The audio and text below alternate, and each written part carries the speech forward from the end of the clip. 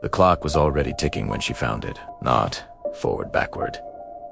Each second hand jerked counterclockwise with a dry, insect-like click, as if time itself were trying to escape. She discovered it in the back room of Whitmore's antique shop, buried behind a stack of broken radios and warped picture frames. The owner, Mr. Whitmore, watched her from the counter with the strained politeness of someone hoping she wouldn't touch that one thing. "It doesn't work," he said quickly. It did. She could hear it. When she lifted the clock, a cold prickle crawled up her arms. The glass face was cloudy, scratched in a way that made the Roman numerals look slightly wrong, like they'd been rewritten from memory by someone who didn't quite understand them. "How much?" she asked. Whitmore hesitated. "Take it." That should have been her warning. The clock didn't make a noise once she brought it home. Not until night. She woke at 3:17 a.m. to a soft ticking from her living room. Slow, deliberate. The kind of sound that demands attention. She sat up, heart pounding, and that's when she heard the whisper. "He never had a dog." The voice wasn't Teen Terum. It wasn't in her head either. It felt like it came from behind my thoughts, slipping between memories like fingers through loose pages. She laughed nervously. "That's stupid," she muttered. But the image of Max, her golden retriever, her shadow for 12 years, flickered. Just for a second. Then she realized something horrifying. She couldn't remember the sound of his bark. The clock sat on her coffee table, hands still moving backward. As she watched, the minute hand clicked past 3:16, 3:15. Her phone buzzed, a notification from her photo app. Some memories are no longer available. She opened Italiano. Half her photos were gone. Not deleted, replaced. Pictures of Max sleeping on the couch now showed an empty cushion. The muddy paw prints by the door were gone. Even the vet bills in her email had vanished, as if he'd never existed. The whisper returned, warmer now.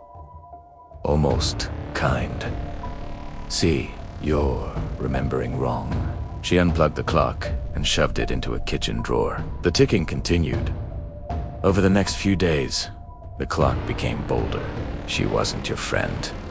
You always lived alone. You don't like coffee." Each whisper stole something small at first: preferences, habits, tiny emotional anchors. She'd reach for coffee and feel nothing. She'd scroll through her contacts and hesitated names that once mattered. Worst of all was Lena.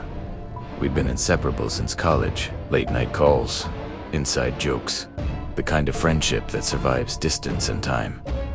Or so she thought. When she tried to call her, her phone showed no call history, no texts, no shared photos. She drove to her apartment anyway. She answered the door with a polite expression of confusion. "I think you have the wrong place," she said.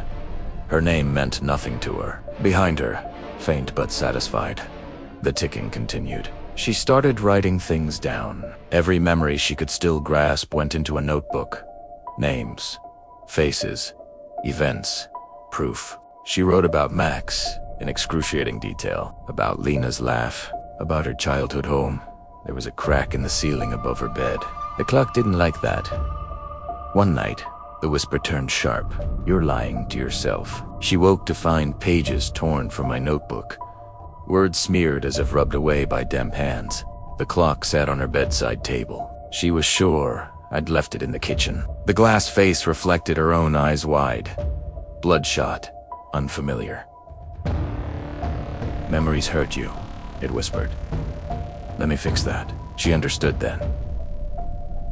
The clock didn't show the past. It edited Italiano. Every tick backward erased something that tied her to other people, to a world that could contradict it. Isolation wasn't a side effect, it was the goal.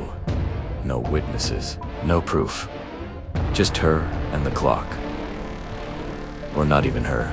Eventually, she tried to destroy it. A hammer.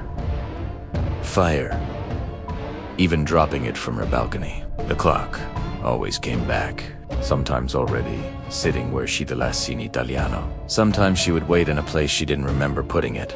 And each time, it took something new. Her last name, her favorite song, The reason her parents stopped talking, she began to forget why she was afraid. That was the most terrifying part. The final whisper came softly, almost lovingly. You were never real. Her reflection in the clock's glass blurred. Her hands looked wrong to distant, like props she'd borrowed. She felt memories slipping like sand through her fingers. The notebook lay open beside her, filled with frantic handwriting she didn't recognize. Who had written this? Who was Max? Why was she crying? The clock ticked back one last second. And then she's sitting in an antique shop now. There's a clock on the counter. Ugly thing. Broken, probably. The owner watches her closely. Does it work? Aske. He opens his mouth to answer, then hesitates. Somewhere deep inside, a feeling stirs an ache, a warning, a memory of something I can't quite reach. The clock ticks, and she picked it up anyway. If your memories are still yours, keep Tim safe. Thank you for watching.